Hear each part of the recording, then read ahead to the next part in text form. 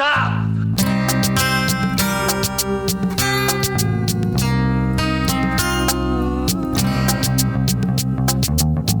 Sure you want the rest of it? Dirty Harry Minute. Dirty Harry Minute. Dirty Harry Minute Podcast. Dirty Harry Minute Podcast. Every penny's worth. Welcome to Dirty Harry Minute, the only podcast that reviews every minute of the 1971 Warner Brothers classic starring Clint Eastwood and a maverick called Andy Robinson. I'm your host, John, and I'm joined as ever with Tim. Howdy. Trent. Good evening. And Glenn. Hello. What do you think about this minute, Glenn? I thought it started with Clint Eastwood walking around stoically looking confused, and it ended with Clint Eastwood stoically walking around looking confused. But in between there was some just fascinating stuff. Some brackish water, some fans. What the hell are those fans? Like, Exhaust fans. yeah. Brackish I like water. the rotating, upward shot where it like turns around and he's walking. That's a cool shot. Cool. And it looked like to me, like, I knew there was some reflection or lens flare, but it looked like the lens was a bit dirty as well when you see him directly walking over the metal trellis. yeah, It looked like grimy. Well, you can see there's some water vapor Yeah. from the brackish, filthy water. Not happy And so Bruce Surtees. that's probably got on the lens. But yeah, it's all part of the grit. San Francisco. That's why it's called Dirty Harry. Exactly. They were just going to call it Harry, and then Glenn's got filthy. And Yeah. So there's some sterling stuff there, Trent. Very fascinating. oh, I loved the cinematography. Towards the end of the minute, there's a beautiful panoramic shot from the rooftop that Scorpio, the villain of the piece, has shot from. Harry's ascended to the rooftop to see if there's any bullet shells or anything like that remaining, and yeah, we get a view of San Francisco along with Lalo Schifrin's strings kicking up a notch when we see that, which is beautiful. And I think you hear a trumpet or something, and when I sort of see the expanse of the bay, the water, I think like a foghorn or something. At the same time, the trumpet goes. Yeah, it's a sound Small band, and you can touch see there, or there's a lot of coincidence? work clearly being done on around the San Francisco Bay. So I wonder if that was a time in San Francisco's history where they were doing a lot of development and building. Because when you see that shot, there is just, it looks like there's so much work being done next to the bay. So Cranes and things. yeah, whereas now it's kind of, man, doing anything in San Francisco is so expensive. Very impressive, very beautiful scene, isn't it, Tim? Love it. Well, Which is ironic because the movie actually doesn't show much of the beauty of San Francisco. Pauline Kael, the reviewer who gave a lot of negative feedback about this movie, who was a native San Franciscan herself, it's because, it's the glorious city by the bay, but we don't see any of the stereotypical things, the cable cars. It's a movie about We see the background in the thing a little bit, but you don't see the bridge, or one tiny scene at the end of the movie, or the Hyatt, the elevators in the Hyatt. But so to see this one nice, glorious shot of San Francisco. I mean, it's very much a character, San Francisco, but the seedier aspects, like around North Beach and the strip clubs, which works. Which work. It works for the movie. Like, the movie's meant to be gritty and kind of mean. It's not meant to be beautiful, and so I think that reviewer sounds like she just doesn't get it, man. Well, this is the exception that proves the rule. You see how beautiful San Francisco is in the abstract, Yeah, definitely. I'd even say depends on your view, but you've gone to a lot of those locations and they look cool on film, so Yeah. there's a certain appeal to them. Yeah, Looks definitely. gorgeous. You guys should get yourself to San Francisco. Yeah, I've been there. Adrian? I left my heart there. Isn't that a song? I left my heart in San Francisco. It Yes. There you go. I thought it was great. I liked Austin better though. Oh. Austin was just so much fun, man. I love that town. But I think that's more if you're a music person, you're into music. It's like, Isn't your mate Linklater from Austin? he might be. I don't know if Linklater's my mate. I think he's a bit of he can be a bit of a wanker sometimes. Depends on the film. Yeah, exactly. But I love Scanner Darkly. That's Linklater, isn't it? It is. Pretty sure. Yeah, I love Scanner Darkly. But But that has Keanu Reeves, isn't it? Yeah, Keanu Reeves can. I kind of like Keanu Reeves. He was animated though. Yeah. He was good. I kind of like Reeves. Keanu Reeves, and I get that he's not the best actor, but I still haven't seen Constantine, so I can't comment. yeah, I mean, it's not. It's not. Constantine. It actually has some great cinematography. Constantine, like it's got some really beautiful shots. But yeah, he's not a great actor. His best line ever is still in Bill and Ted's when he goes, "Here is some money. Take Napoleon to a movie," or something. That is true. That's his definitive role. I mean, his whole like whoa thing that he does in that movie. I think you're right though. He's sort of become a bit more appreciated in his older age. Yeah. Well, I think he's clearly works hard, but yeah, I mean, he's just not a very good actor. Like especially in period movies and stuff like that. Like, and I think he's just kind of accepted that to an extent. His He's best just, stuff's like action. Yeah, exactly. So, and he's great at that. Yeah. I And like how he's leading the cause for real film, I think, isn't he? That's one of his passion projects. well, About no, insisting on using 35. no, because he directed that. It's the opposite, film. is it? Yeah. So he did that. He was part of that documentary about digital cinema. I can't remember what it was called now. I've watched it many times, but no. So he directed his directorial debut was shot. Man of Tai Chi. That was shot on the Alexa with anamorphic lenses.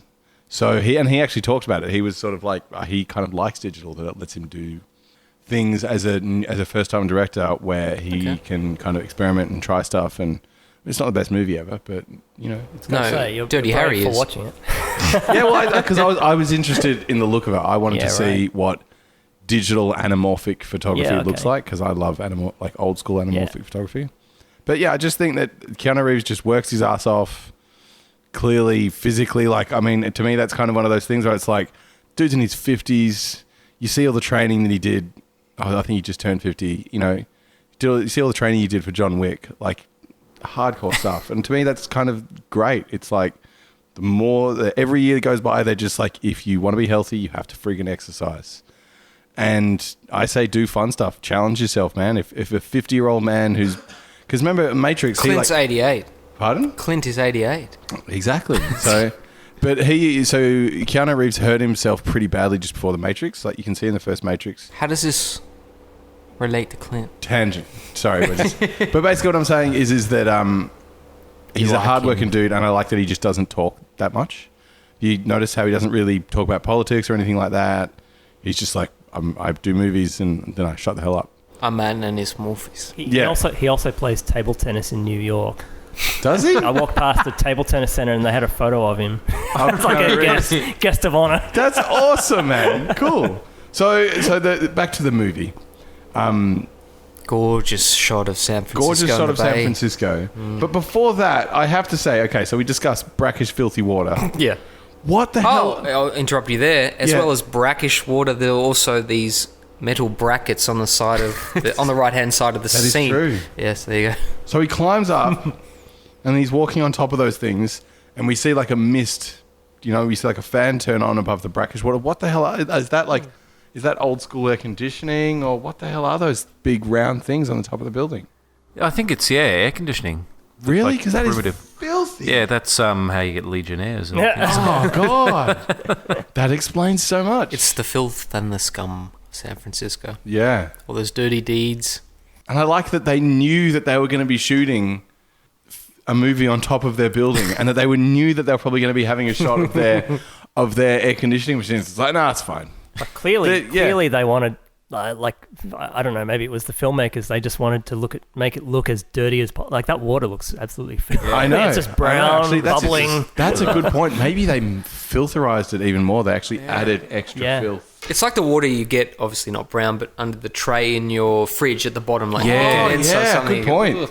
And you could if you own that building, you could make it work to your advantage and say, I'll allow you to film, but you guys fix this up after you're done. Yeah, that's a good point. Unless that shot was the last one taken on the whole film, and like all the crews with all the portaloos and things like that, they emptied the septic tanks into that at the end of the film. Which means that, because don't forget that the fan turns on and you can see the water vapor, and then it goes up at Clint Eastwood. So could you just imagine the filth that he's breathing in?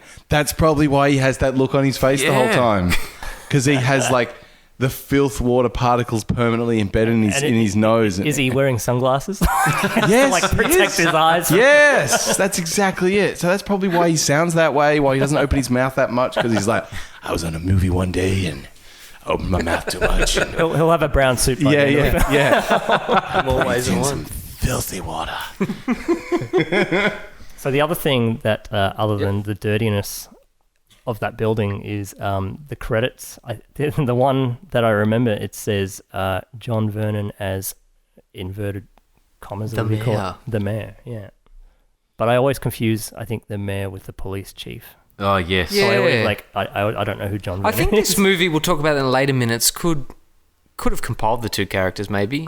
Well, no, because El Breslau, the later on, the character played by Harry Gardino, he comes down a little bit hard on Harry, whereas the chief's a bit more aloof. On his side? Yeah. A bit more on his side? Yeah, not like Hal Holbrook will be in the next movie, Magnum Force, where really, becomes a stereotypical, chief lieutenant that's busting his ass, yeah. But yeah, the mayor, John Vernon, probably known best to you, Glyn, from bloody Animal House everyone talks about, yeah? Oh, I haven't seen Animal House. Is he the dean? He's the dean. I haven't seen Animal House in a long time, man. I was high when I saw that movie when I was like, oh my God, that would have been over 10 years ago now. It's Animal House. Of course, I'm going to be high. Come on. And of course, in that movie, he's also with Julie Haggerty, right? Who's in Yes. Airplane 2, which they both star in. That's how I know him best. And of course, from Outlaw Josie Wales. It was a sadistic prison warden or governor in Chained Heat, one of those Linda Blair things from the early 80s, those exploitation nudie things. But yeah, he's in that, and I seem to remember him asking favours of the prisoners for early release and things like that in his The office. casting call sheets look something like that. It's like, we're looking for a sadistic prison warden. And it's like, you look like a creepy guy, and it's like, want to come test? It's like, how do you do that? You know what I mean? Like, I'm always wondering about all the different niches of actors. Yeah. And it's like, how delicate are they about that? Where it's like when you call them up and it's like, got a part for a real freaking ugly guy, and it's like, we think you're perfect. Like, or you kind of like or do they do it the nice way? And it's like, you have such a unique look, and we're looking for some uniqueness, gritty. They always use kind of like nice words rather than just being direct and brutal about it. So. But it just seems like people in the industry, because you're doing it all the time, the people would just get bored of that and just be like, oh God, just tell the truth. And it's like, we need an ugly woman. You're ugly. You want some money? It's like... You want the hard truth? Yeah. So... You there, you have a very rustic face. Yeah, exactly. Rustic. I remember I had a head chef like that, and that was his whole thing, where he's like, if you ever make food and it looks a bit shit, just call it rustic. And By the way, everyone, I'd like to apologise for the bad American approximations we use, our accents. We are Melbourne natives from Australia. No, I think we're doing fine. I think if, because the only people that would bother with that is Americans, and it's kind of just like, guys, like, we're sorry at the same time, but my God, Americans have murdered many, many accents throughout the years. True. Considering that they used to, just put makeup on people to play people from, what was it, like Yul Brynner played a freaking Arab dude in a movie. So I think... Has Keanu ever done an accent? Yes. Oh, Dracula. He's tried, yeah. Dracula, bro. It's like... Don't eat my blood, bro. Remember that scene at the end of Point Break, right? Yeah. Where Gary Sweet's there. Peter Phelps. Yeah, Peter Phelps, Yeah. a dinky die Australian. Yeah. But the guy that actually says, it's over that way, mate. It's Yeah, like yeah. an American import. Why don't you just get Phelpsy, Exactly. Yeah. So... Phelpsy was shooting Baywatch at the time. That's why he was in LA. Very good. It's meant to be Bell's Beach here in Melbourne. Yeah, I always love it when you watch that movie and then you actually go to... It's like, I've been to Bell's Beach. That is not freaking Bell's Beach. That doesn't look a thing like Bell's Beach, guys. Like, yeah, not cool. Not cool at all. Well, I, for one, am sorry for my accents. But, anything else with this minute, guys? Well, I just had one more note, which was so filthy water vapor, and then it was just like... And then I just had a note just saying, Harry likes to vape. Very trendy. Yeah. I'm sure vaping started in I'm North sure Cal. it did as well. And Yeah. again, I think that if there's anyone that needs to chill the hell out, it's clearly Dirty Harry. So maybe the man needs a good vape every now and again, mate, on the job. Yeah. But no, This is a fantastic minute with beautiful shots of San Francisco. yeah, it's great. And in the, just a note here, an aside, in the audio commentary, Richard Schickel said, it was like Harry's keeping a lone vigil over the streets of San Francisco without any support. He's up there on the roof just looking down like a archetypal Western gunslinger, just keeping a lookout on the Alamo that is San Francisco. So Yeah. a bit of poetry there for you, Tim. The director sounds like he's clearly not versed in city planning. Like that sounds great, but if it was literally like, all right, there's one cop, and could you imagine that if criminals actually like there is one cop, guys? He's on a building over there. It's like, oh my god, you could get up to so much mischief. Well, that's all the time we have. Glyn, your last minute. Will you join us for one more episode, please? I will indeed, of course. back. I have to finish. I've got more notes. Thank you very much. We'll be back for minute 5 on Dirty Harry Minutes.